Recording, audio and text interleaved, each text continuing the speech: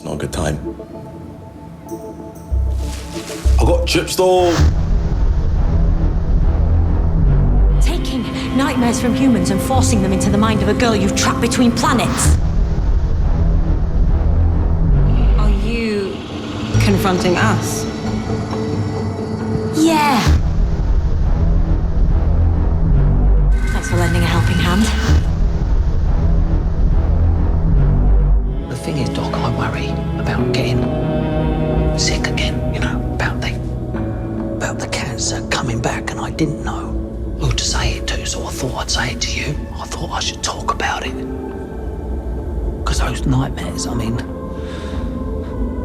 well, they made me realise that the fear is still there. Yeah. See this face? Take a good, long look at it. This is the face that didn't listen to a word you just said. Better written. Pillar of hope. Better written. Very cliched. Better written. Pillar of hope. Better written.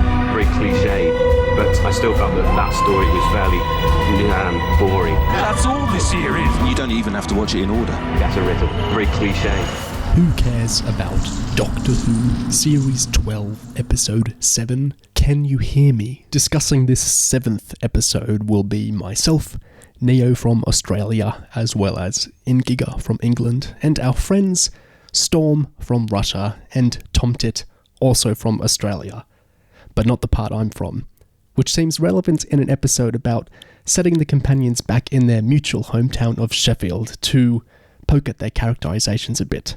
So to start, can I ask, just what are the fearsome Jagaskas terrorising Aleppo in 1380? Nothing, it would seem. Generic nightmare creatures, I took it. I don't think they were based on anything from Tahira's personal life, as far as I could ascertain, but I might have missed something in the episode. I think there was nothing. It was just a CGI monster. Yeah, I didn't understand how it's connected to Tahira personally too. Maybe she had a phobia of sloths or something, because they had kind of cute sloth faces, I thought. And Slivin too, because... Yeah, the Slivin like... That would have been a true nightmare. But what did we think of the episode in general? Well, in a way, I'm kind of glad that we've reached the point where the 13th Doctor's tyranny has finally become untenable, and the public seems to have reacted against it a little bit. That appalling that appalling lack of tact from the Doctor at the end, I think it risks overshadowing the rest of the episode, which it must be said was extremely average. But the BBC did promise us an episode that was 2 weeks away from the finale, and boy, they delivered on that. So we're talking, of course, of at the very end, and it's always, for better or worse, you're right, the endings of episodes do overshadow everything that comes before. This happens so often. Graham opens his heart about being scared of his cancer coming back, and him realising how that fear was like overtaking him, and how he feels and everything. He's being very, very vulnerable and opening up. And what does our lovely hero do? She sort of makes it about herself, doesn't she? Like she always does. Yeah, she talks about how she's very awkward, and she's going to go over to the console and think of something to say later, and then she just sets a course for Mary Shelley, and life goes on.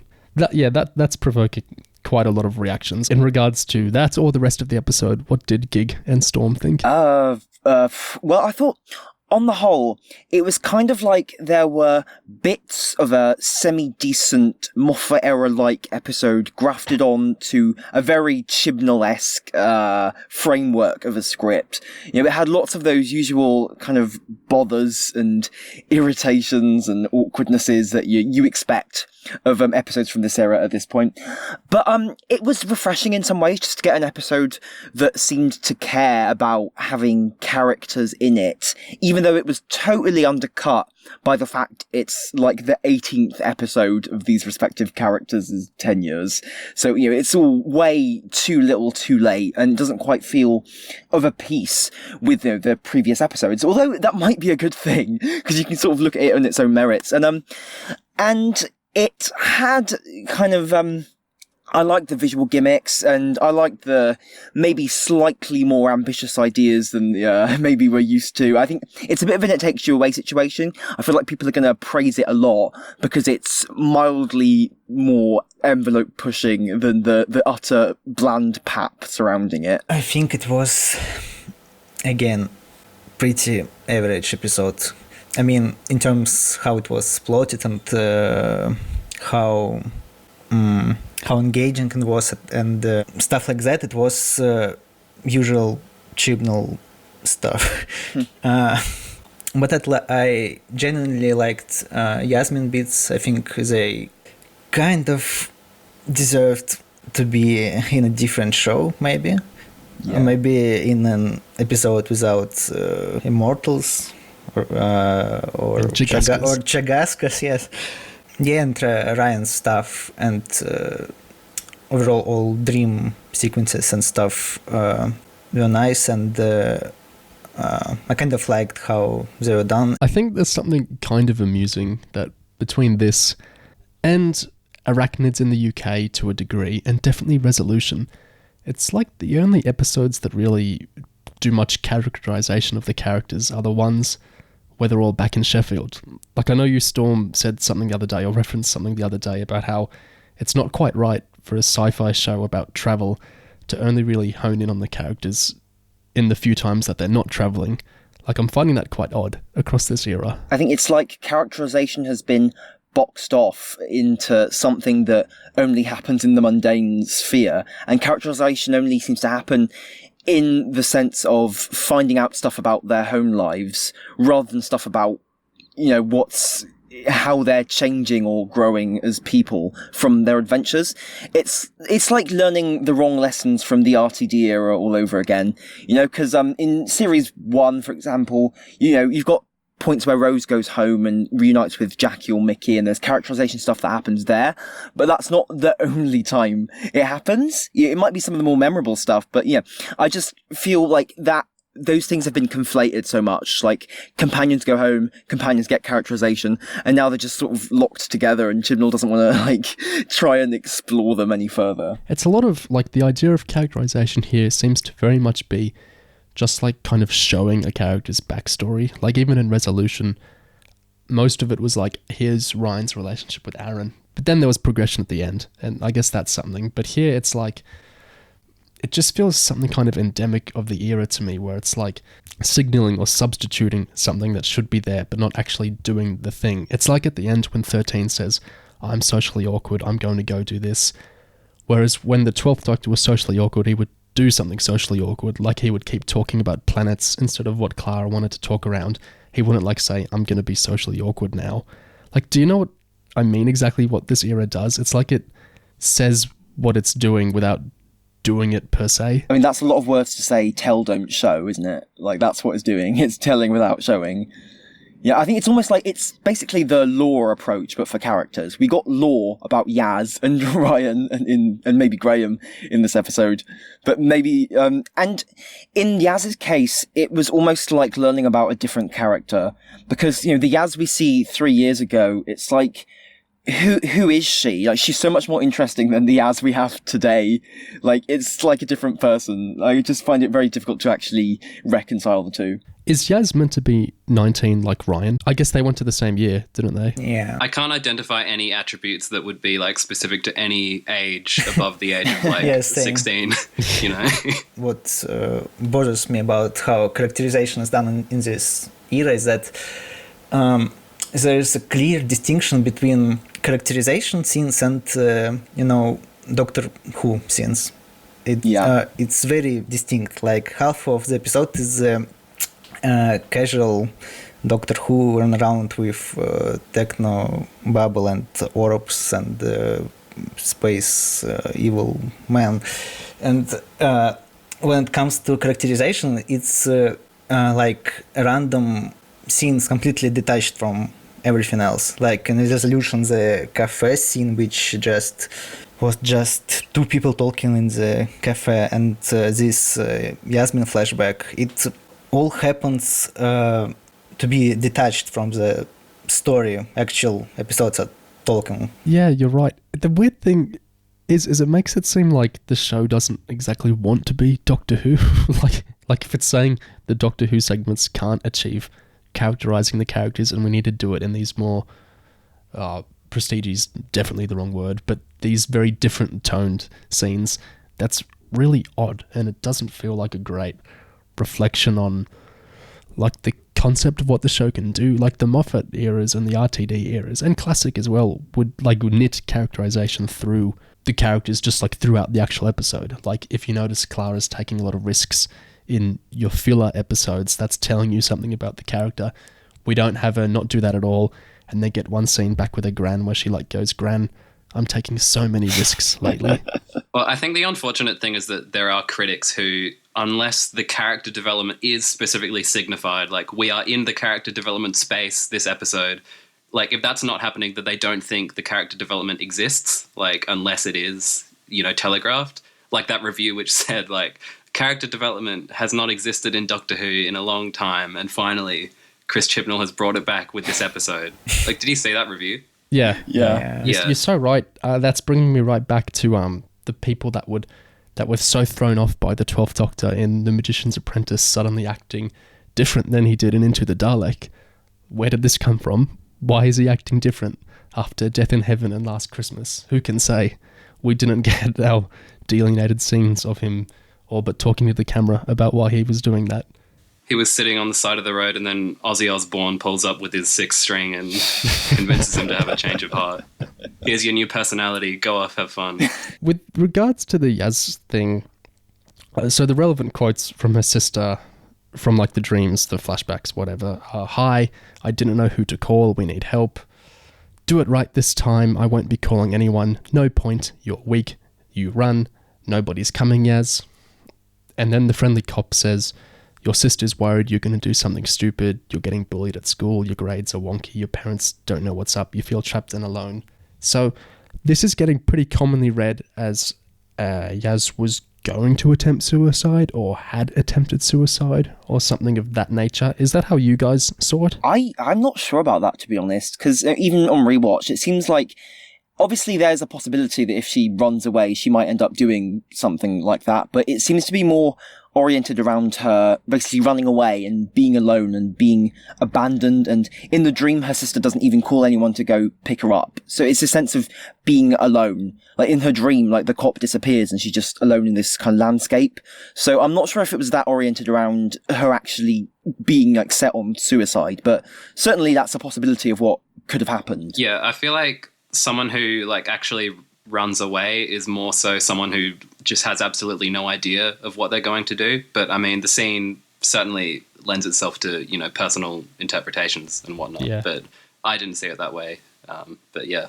I don't actually read it this cynically, personally, but I think you could read it as it's just kind of intentionally vague to project what you'd like the dark moment of her past to be. Like you could read it as suicide, you could read it as quotes just running away, you could read it as whatever you want.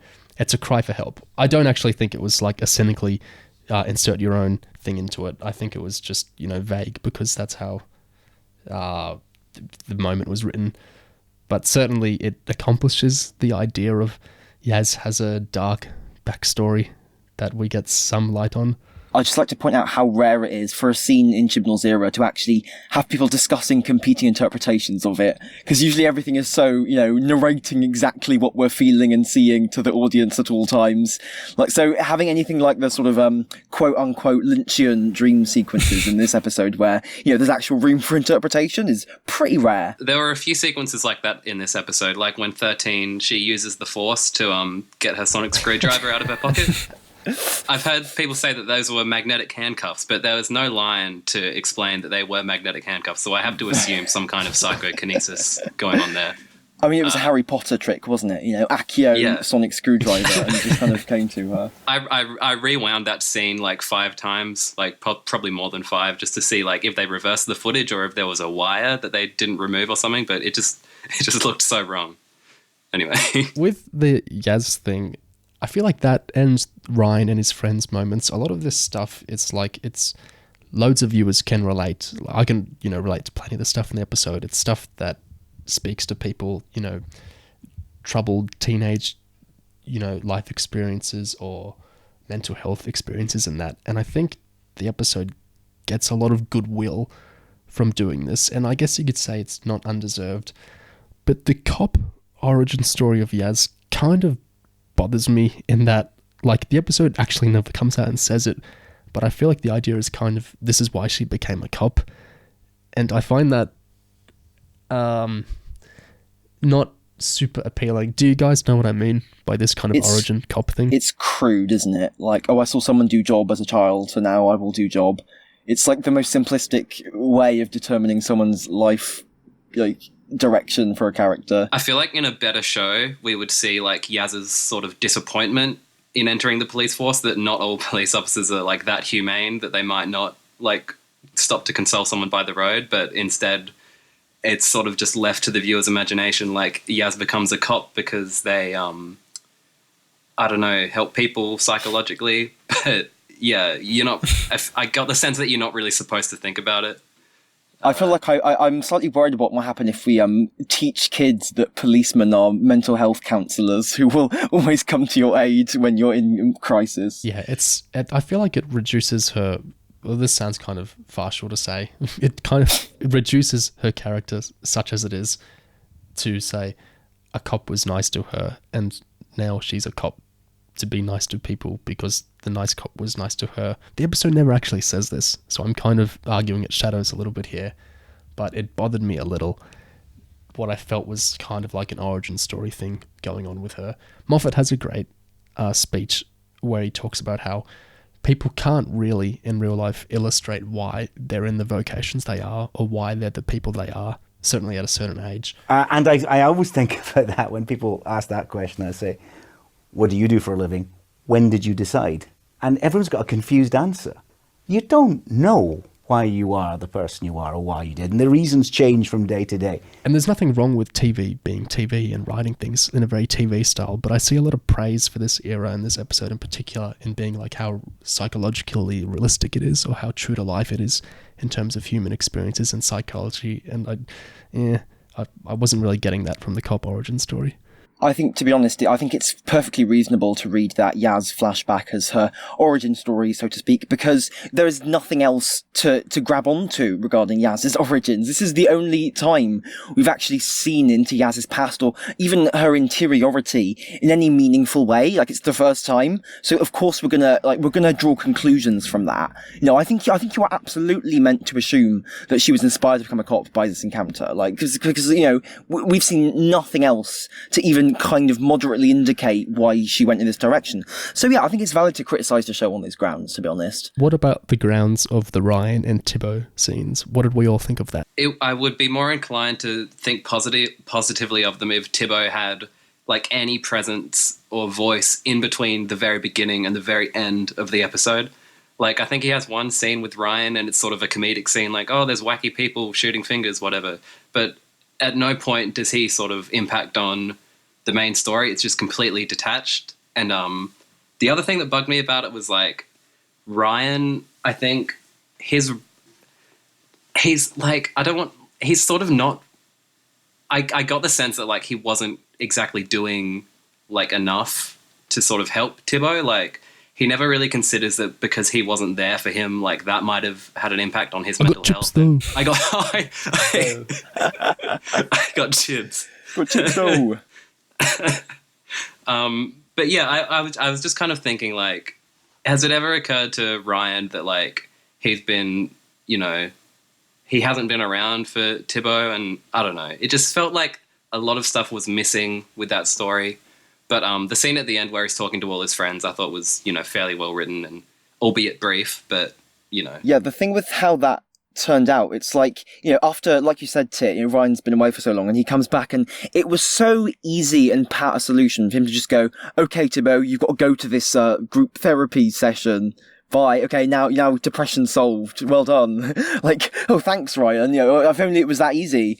I think there was something a bit too convenient about it all. Ryan just sort of, yeah. It's like sticking your parents in an old folks' home or like your kid at a boot camp. Like it's just getting them away, like doing this vague gesture. Oh, I guess I care about you enough to put you where you belong. It's that Ryan and Thibault resolution was the other thing, along with 13 dismissing Graham's fears, that like felt really chilling to me in the episode, like almost disturbing in how not okay it was. Like, the guy is clearly wanting Ryan bad. Like, this isn't subtext. He's flat out saying, I get lost without my mate. I need you here. You know, this kinds of things. And Ryan's response as well, I have to, you know, go see Frankenstein. I have to go do these random arbitrary adventures every week. What else am I to do? And in the TARDIS at the end, he's like, maybe this is wrong. And like, yes, it is wrong. Your mate was right there telling you, can you like stay with me? Can you stay here for the night? Can I see you more? He just leaves. I thought, I was worried I was being too harsh on Ryan, but I'm glad you guys are like on the same page. But I think the fact that, correct me if I'm wrong, but like we hadn't seen Tibbo before Spyfall. Correct. Yeah. So like to sort of an average viewer who maybe is like, to the casual viewer who thinks that like Tibbo maybe is not a really close friend, they're sort of tricked into thinking that like it's fine. But I mean, I guess just from the messages that we get in this episode, like you said, like Tibbo is very clearly sending like a message of like Ryan's friendship is important to him. And yeah, I don't know. It's like the series has not established Ryan and Tibbo's friendship, and yet it's being shown to us. And there's just this massive dissonance to all of it. And that's just a consequence of like when you sequester the character development episode to every other week, it's just a romp. It's not a great way to write a drama series. And like this episode is just a perfect example of why. Even if they weren't super close friends, like what has Ryan got going on? There's no urgency with traveling with 13. Like there's no point to it. It's just meant to be fun. He's not like getting anything important or necessary out of these arbitrary random adventures with the Patings and the Praxius and whatever. Like why is this more important to him than his friend who's like crying out for help? I just find it so bizarre and like dislikable about Ryan, who's normally all right. You know, when he gets characterized, he's normally a nice enough guy, but it's like so cold. And for what? Like, why is the TARDIS so important? He could even ask 13, can't you just pick me up at like X point? Like, it's a time travel show. There'd be a way to contrive it around. If you're starting to do these issues with characters like this, you're inviting so many questions of the viewers, and when you don't answer them, it makes the characters seem like assholes. I think it feels weird because we still kind of don't know the relationship between the Doctor and the fam. Like, why do they need together? Like, it was all vaguely established, like they all need escapism, like, and stuff. But the Doctor only opened up to them, like, after a year of travels in Spyfall Part 2, and they seem pretty disconnected, and there's no, like you said, there's no urgency for them to be together.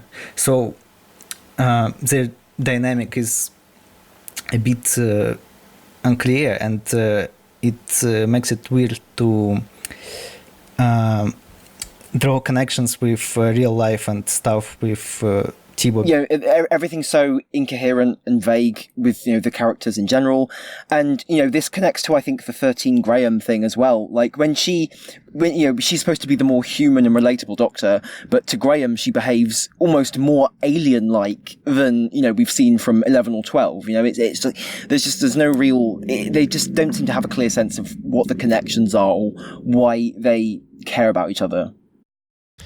I understand Graham and Ryan travelling together. It's like they've gotten a lot closer recently. They're both getting over Grace's death. But there's no way in the world Graham would approve of Ryan palming off his mate like that. Like, Graham would not be happy with that at all. I can't see the character being pleased with this, can you? Like, this is his fatherly figure trying to be moral. Remember how Graham treated Aaron in Resolution and this kind of thing? Like, Graham would not want Ryan to do random meaningless adventures with him every week instead of helping his mate who's actually in need. It's actually a good point with bringing up Aaron, because Aaron's whole thing in Resolution was running away from his responsibilities and from, you know, life and abandoning people. And now Ryan's basically doing the same thing, isn't he? Except he's almost getting somewhat of a pass for it, or rather there's not as much criticism of that choice as maybe there ought to be. Like, he has doubts momentarily at the end of this episode, but then they're just discarded again. What about Graham's little scenes, his flashbacks, his dreams. What did we think of those? He comes out mostly unscathed of this episode, I think. Yeah. By virtue of having very little to do. I mean, more than anything, I think the fact that he keeps having to deal with, like, the ghost of Grace is just really depressing. And it's depressing on a meta level as well, that Sharon B. Clarke has to keep coming back to, like, just play this, like, I'll feel sad about my death role, like, episode after episode. And, like, Graham just has to bear the emotional weight of both the loss of Grace, and he's kind of he's almost the moral guidance for the fam in a way that 13 proves not to be. And Graham just gets, like, spat in his face at the end of this episode for basically bearing all the emotional weight of the cast. So I don't know. I came out of this episode feeling pretty sorry for him, but yeah, that scene in his dinky little apartment. I don't know if that was his apartment or his friend's, but I just really liked that set. Like, something about Chip Who just really makes me long for just, you know, the ordinary, like, just the grinding, repetitive nature of, like, the adventuring. It makes just Sheffield seem really romantic almost. But we only get to see Sheffield, like, once or twice a year. So it's sort of like a weird inversion of RTD Who, where, like, ordinary life is so grinding that you long for, like, the chaotic, you know, adventures. And this is sort of like the inverse of that, where it's like, please just take me back to Sheffield, take me back to these cramped little rooms. But yeah. Anyway, Graham, yeah, he's fine, I guess. What do you guys think? I was not a fan of him in Series 11 at all. I found him very grating. I found he's getting more attention than the other two companions grating. And I found his humour grating. But I don't know what's happened in the intervening years. I think it was the Soft Shoe Shuffle that started changing my opinion. And now it's just seeing him be, like, denigrated so much. I've come around. I can't help but like Graham now. I feel sorry for the guy. And, like, the constant sort of jokey ribbing from Ryan, like, he calls Graham dark and twisted in this episode, which feels based on nothing whatsoever. And in Praxius, I think he had some jab at him, which feels completely unjustified. Just, I was just going to say, like, the Soft Shoe Shuffle in Spyfall, for me, it felt like that Onion article where it's like, the worst man you've ever seen just said or did something unbelievably awesome. Like, I hate Graham so much, but I'm just having such a great time. Anyway, yeah. Yeah, I think at this point, I've just given up on the matter of being annoyed at finding, like, in this fam of the first woman doctor, you know, and two companions of colour, and then the one old white guy. Like, all Series 11, I was raging against how the old white guy was getting the most attention and the most characterization, such as that it is, and him being, like, the fan favourites. That annoyed me a lot, and he certainly wasn't my favourite. But at this point, I'm just so wearied by this era that I've kind of given in. And yeah, I like him the best of the three companions now. I can't help it. You've won, Bradley. I think what I find to be different with Graham in Series 12 compared to Series 11 is that now there's something tragic about him. He's sort of shuffling around, and it's almost like there's a humbleness to him which doesn't feel like it was there. It's like there's something pathetic about his presence which makes us more sympathetic, perhaps. Like, you know, stuff like this episode where he's become more cute almost. He's just the bumbling, kind of doddery, almost Wilf-esque figure. Whereas in Series 11, there was this whole, so angsty, the death of Grace, Ghost Grace, and my paternal relationship with Ryan. Like, now all of that seems to be, like, out the window, and they don't care about it anymore. So he's just tagging along with the others, and it's like, okay. I think we have enough distance from his blame that on the dyspraxia as well. Why don't you? At this point, like, that was so long ago, and it seems I completely to be forgot about that. Yeah, it's happened like one time, and that I think it doesn't seem like a pattern of behavior. So we've kind of gotten over it, or at least we've forgotten it. So yeah, Graham seems a lot less unlikable. I should phrase it actually. To be honest, I think Graham's dream sequence in this ep and his arc in general and what they were doing with him in relation to the fear stuff and the nightmare stuff, it seemed like it had the least effort put in. Like, bringing back Ghost Grace, that feels incredibly, like, repetitive at this point. It's like they've run out of ideas of what to do with his character. Like, okay, he's got cancer, we knew that at the start of Series 11, and he's, worried about that cancer coming back. Well, of course he is, you kind of would be. And it doesn't really become any more complex than that. Of course Ghost Grace says, oh, you should have saved me, Graham. It's like we've reverted almost, like they haven't thought of anywhere new or interesting to take his character. We're just kind of rehashing and regurgitating these concerns from his first fucking episode. The real issue with the cancer stuff to me is that in this show, if you keep drawing attention to the cancer stuff, the obvious question is going to keep looming bigger and bigger in viewers' minds, which is, why doesn't the Doctor just cure it? Like, she's basically a space wizard, and we know she can zap to all sorts of crazy hospitals. We've seen them in previous episodes. Like, why doesn't the Doctor just cure Graham? I know this, we're getting to kind of break the show moments, like, why doesn't the Doctor just fix this? Why doesn't she do that? But when you keep putting so much attention on the cancer, obviously viewers are going to wonder about that. And so I'm wondering about that now. But I guess I had it answered by this episode. She just simply doesn't like him that much. I'm kind of fantasizing about them exploring that in an episode now. Like, the Doctor tries to take a companion to a future hospital, and there's some crazy law of time which means she can't.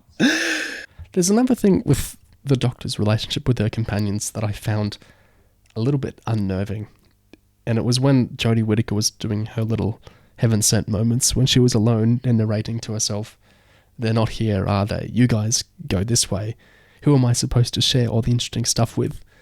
Between that and her being weirdly dismissive of the companions earlier this series and basically telling them to F off when they asked what's up with her, are you guys feeling... Because I'm feeling that the companions are less actual people to her and more kind of avatars. Like, they're people to exposit to. They're people to get impressed by what she can do. Like the, oh, tea at Yaz's, I love a Yaz stuff. It almost feels kind of... I don't think tokenistic is the right word. Soulless? It's not that exactly. It's like overstating the fact. I think the fact she literally did not notice when they wandered off and got captured by the villain of the week, that's like the pinnacle of it for me. Like, I don't know if there's any self-awareness going on here, but it just seems like that was actually somewhat of a holy shit moment. Like, the whole thing with this Doctor was supposed to be that she was, she had friends instead of companions, and she was more human, she was more relatable, and she just doesn't even register their presence. And I'm not sure if they're doing this intentionally, or if they even thought about it, or if it's a trend or a pattern, but they just don't seem to have a handle on what they should and shouldn't do with this character. It kind of feels like other previous Doctors, the in-show reason given for why they need companions was so they don't become, like, twisted and go off the rails and whatnot. But with 13, I feel like she only needs companions because she needs someone to, like, feel superior to or exert her moral superiority to. Like, I feel like if the companions weren't around, she would pretty much be okay. Like, because she is pretty much okay in this episode when she's separated from them. You know what I mean? Like, I don't get the sense of, like, she needs them as much as I did with other Doctors.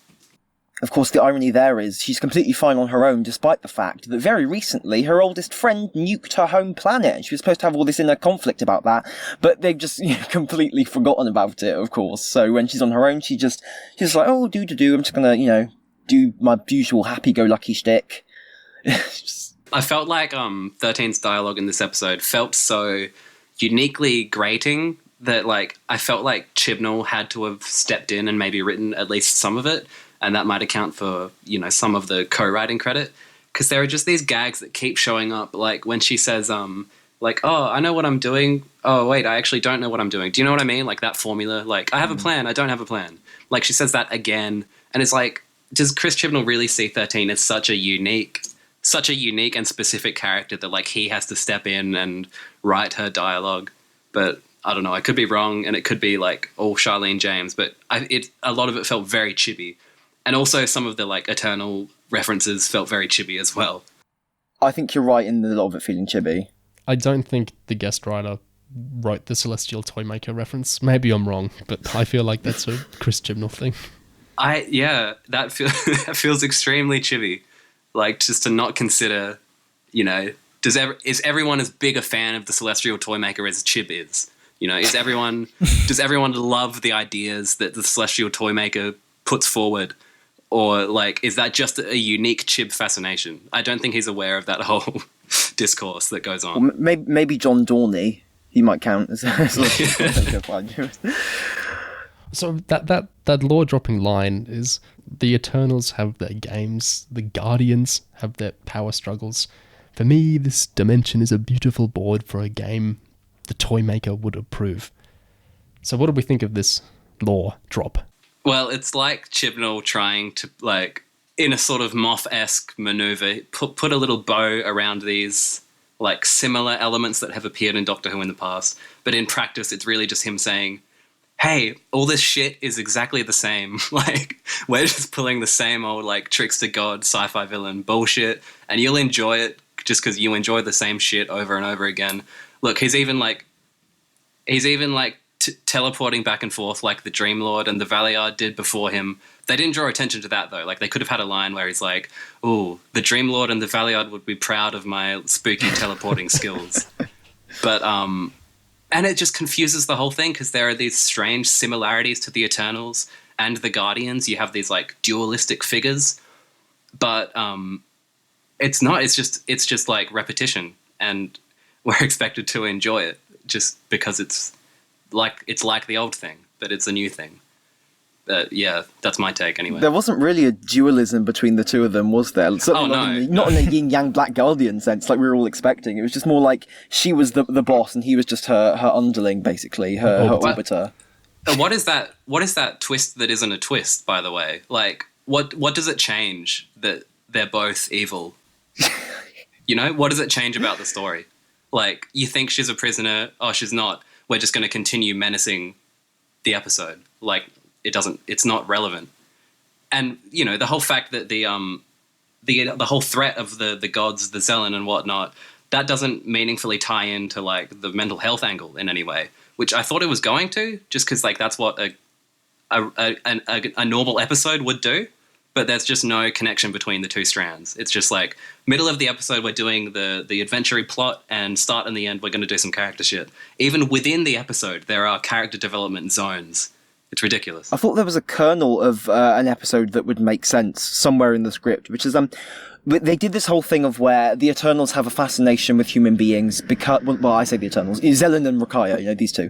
They have a fascination with human beings because of humans, let's say, a unique self-criticism, self-loathing, internally directed cruelty. And, you know, that's an angle, at least. It's a way of looking at the whole mental illness, mental health issue from a, you know, cosmic, you know, sci-fi bullshit sort of fantasy lens. And I think you could spin an interesting conceit out of that. But the trouble is, you know, they have to make it about, you know, basically the Nightmare Man and this whole, oh, I'm going to give people nightmares and shit. And it doesn't really lock together. I think it's trying to connect something that's quite complicated with something that, you know, I mean, nightmares at the end of the day, like a kid's nightmares, that's not necessarily some big mental health thing, is it? You know, dreams are just, you know, it's the boogeyman, like, we're going to connect a child's fear of the boogeyman under their bed to, you know, Thibaut with crippling depression in his flat. Like, I don't know. And I was thinking of the whole backstory with, like, the animated sequence of the two warring planets. I was like, oh, okay, this is going to be, like, relevant.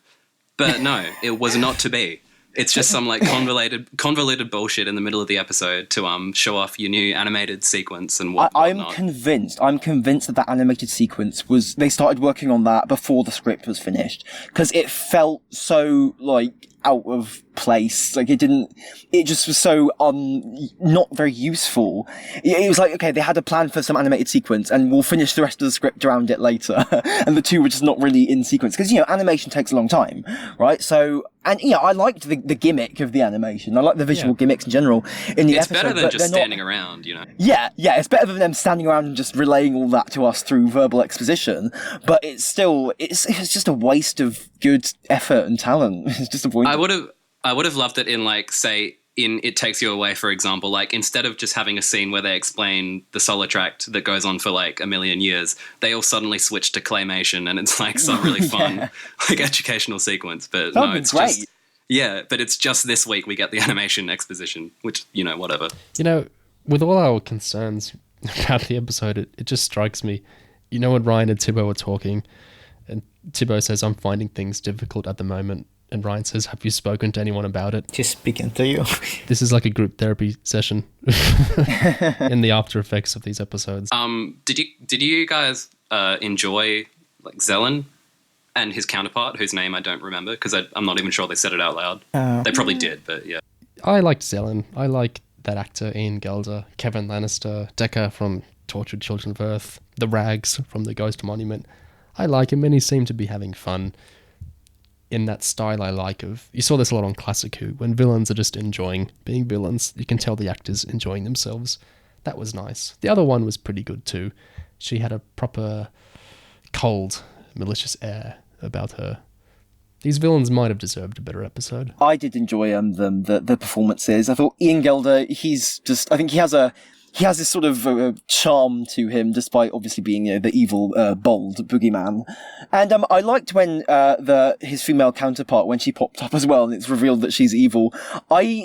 Despite myself, I sort of loved that. There's just a certain arch campness to it when she appears, and she's suddenly got this evil expression, like, haha, I am evil. That's fun. I think, as usual with the Chibnall, when you have some camp villain pop up, there's just kind of an infusion of fun that you're usually lacking for most of the rest of the episode. I don't know.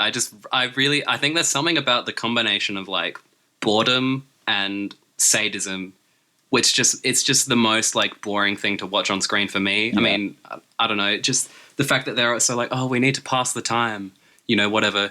And that's fine. But like, if a character's bored, they need to have a certain air of like entitlement or like pretension, like the Eternals did in Classic Who.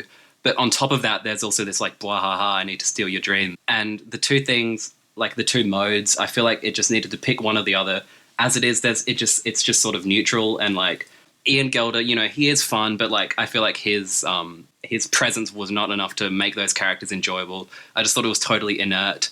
And that scene where they're just standing on the street was so laughable. And you have these like bystanders walking by, and they shoot them in an expression of like, huh, like what are they doing? But like when innocent bystanders do that, they need to be killed. Otherwise, it's just a funny moment of like, who are these fucking assholes standing on the street in the middle of the road, holding their arms out? But no, they just walk past. Like they're not even interested enough to kill anyone.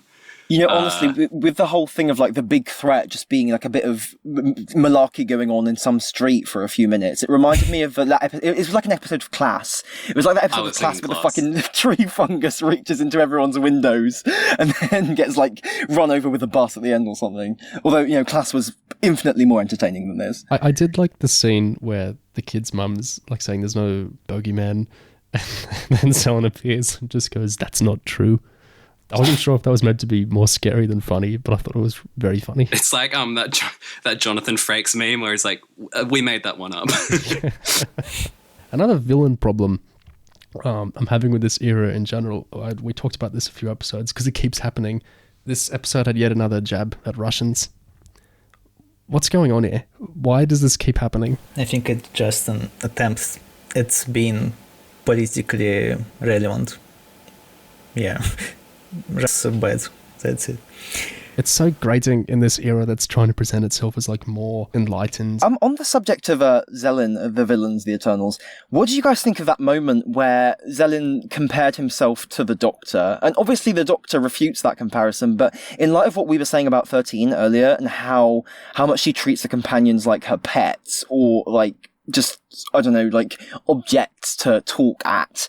Like, could it be that actually there's more similarity between her and Zelen than she's willing to admit? I choose to believe that the Doctor feeds off of Graham's nightmares, and that's why she treats him the way she does. But it's one of those things where it's like a little voice in the back of my mind says maybe this is a good show, and maybe like the mean remark to Graham at the end will be picked up on later, and that will be like a character arc. But then, the rational part of my brain says that's not going to happen. But people used to level that at Moffat, like, oh, none of these things are going to get picked up, which he did pick them up. It was always just at the last minute, like Matt Smith's literal last episode. It's like, here's all the loose ends. But yeah, I don't some know. were even later than that, like the woman in the shop. Even later, yeah. Yeah, the similarity between the Doctor and Zelen, yeah, I buy it. I hate her. So why not? In the resolution, when the Doctor says to Zelen that Eternals, whatever, so entitled and so spoiled, and they don't care about what's left behind. I totally thought that all of this applies to the Doctor, actually, especially this incarnation, because to me, 13 often comes across as a sort of spoiled child, in a way. I mean, the Doctor comes from a ultra privileged position of having a time machine, a magic wand, and she's not. I mean, she's not sharing it enough, in a way. She always gets the moral high ground. I mean, she gets to lecture the first Black Doctor on whether it's okay to use weapons or not. She gets to leave Kerblam at the state it was in the end of the episode, aka do nothing. And she, like, can do all of this, and she can care about all of this, and she maybe should care about all of this, but she doesn't. She always goes around saying the ending line, like the moral of the episode, like humans can overcome mental illnesses or racism bad or whatever, but she's not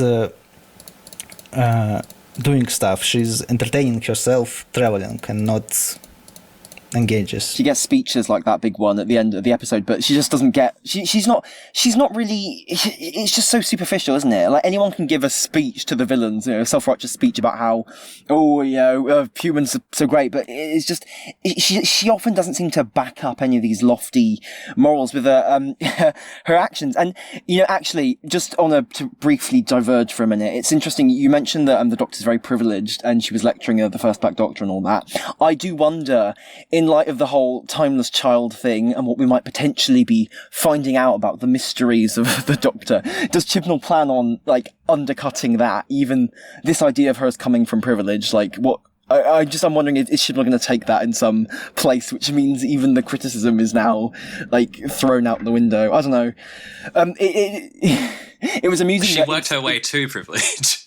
She pulled her up by her own bootstraps. Oh my god, that's even worse. It was funny that in this episode, instead of a nightmare like the companions had, she just had a timeless child arc tease that lasted like 30 seconds, like 20 seconds. That ridiculous, that son of the mask shot of her face. I actually thought the timeless child scene was very relevant for the episode, because I thought it was of a pair with the line, "Your worst fears, my creativity." Yeah, Zelling is Chibnall's self-insert. Speaking of things coming back in the dream sequences, can we say the dregs in Ryan's nightmares?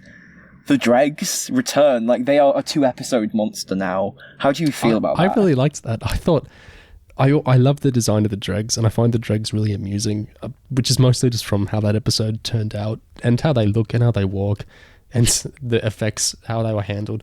I just find them a very amusing, kind of endearing monster. So I was delighted to see them again. And also that Ryan's been having nightmares about climate change, I guess, and the show's version of climate change just being like this kind of random single fire going on. Like, it was amusing. I think it was a fear of being away for too long. And like... the logical culmination of this fear is that he was away for so long that literally everything ended when he was away. I think I actually really liked that bit with Dregs. I think it was about something and it wasn't misjudged. I think the whole climate change angle does, like, it threatens to be interesting. Like, a show about time travelers where the main characters are terrified that they have no future, like, It's the sort of stuff that, like, a good series arc would be made of, but instead it was just a throwaway Ed Heim episode that nobody fucking liked. That's fine, I guess. As far as the dregs in this episode go, I thought it was, like, it was a bold example of like character development and continuity between episodes when it happened in The Mind of Evil in 1971 when the Doctor sees the Inferno planet. Like he gets hooked up to the machine and he's like, oh, that was scary when that happened an episode ago. It was great then, but now I'm not as impressed. Although I do like the dregs, and I like the whole like don't look at this image sort of scary aspect of the dregs. You know, like if you do bad things to the planet, you'll see a dreg and you'll get really scared. I like that aspect of them, but no, I was not impressed with the dreg appearance, I must say. I think there's an inherent comedy in it because obviously I agree the idea of it is good. The idea of it I think is great. Like the idea of a companion going on an adventure and being so, you know, shaken by what they saw at that point of the future Earth that it actually becomes something that haunts them and keeps coming back. Like that is what good shows do. But in this case, I think just because Orphan 55 was such a clusterfuck and the dregs are so associated with crapness, for it to come back and be played seriously, it's like, oh my god. It's like a parody of something good, and it's just oh dear. Can I circle back to the 13 dismissing Graham scene, since we're nearing the end of this conversation now, and ask, what defences have you seen of this exchange? I've got a defence that I just like came up with, which is that it's a scene from the start of the episode that accidentally got put like as the last scene. Like it's here's 13's character development. She's going to redeem herself. You know, she has to overcome. But like some assistant accidentally put the first page of the script like at the end. I mean, given Chaos in Cardiff, that could have actually happened. You never know.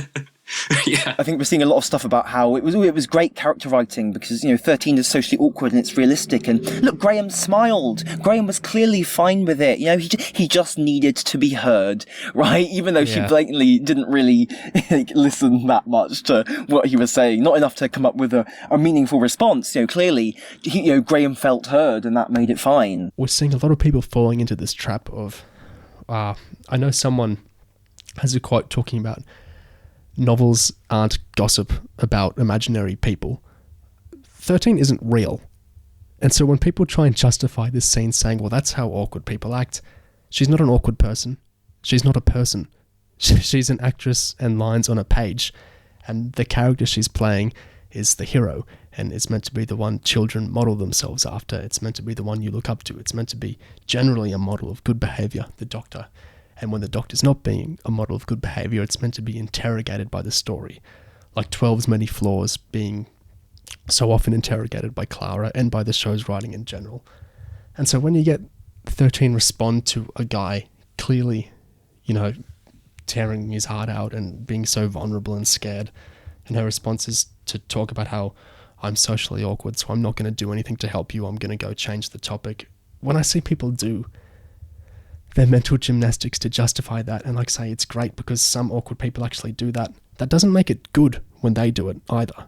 Like representation isn't good just for being, you know, it's if someone does something bad, depicting that bad thing on screen isn't inherently a good thing. Do you know where I'm going with this? Yeah, and I think that like socially awkward people, especially children, are like more likely to imitate behavior of like people they see on television. And I'm speaking from firsthand experience here, you know, like I was an awkward child, and like the fact that she makes such a show out of being socially awkward, like it's not necessarily the issue that she is socially awkward. Of course, like they could have had a beat where she's like, look, I'm socially awkward, I'm not that great at dealing with emotional situations, but like I'm here, like I'm on your side or whatever.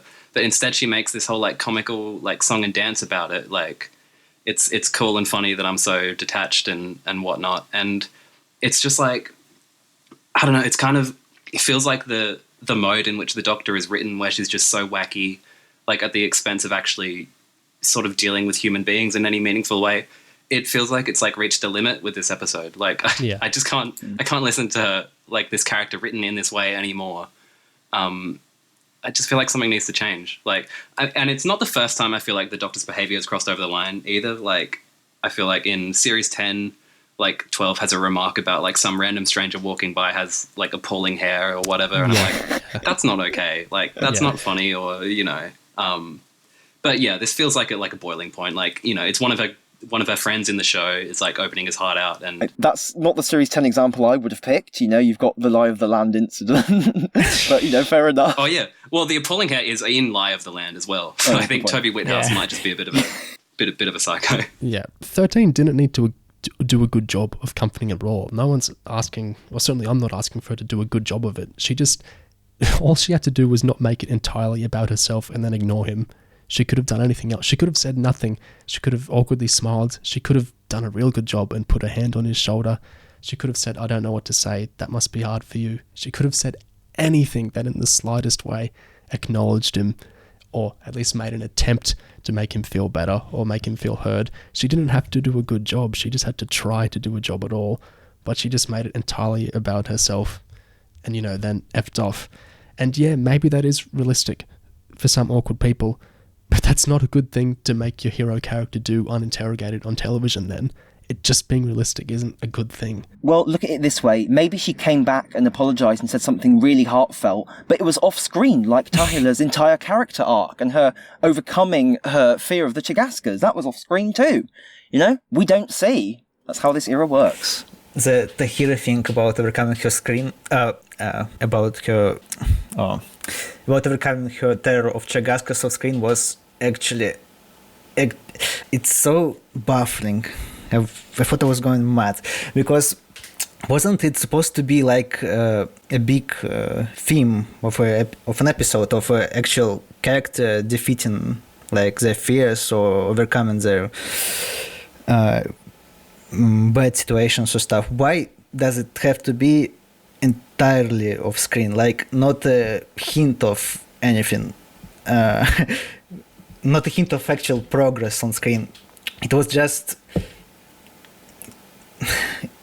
I don't have words for this, actually. It's just a running gag of this era at this point. It stretches as far back as the Ghost Monument and the off-screen door and the script of The Woman Who Fell to Earth.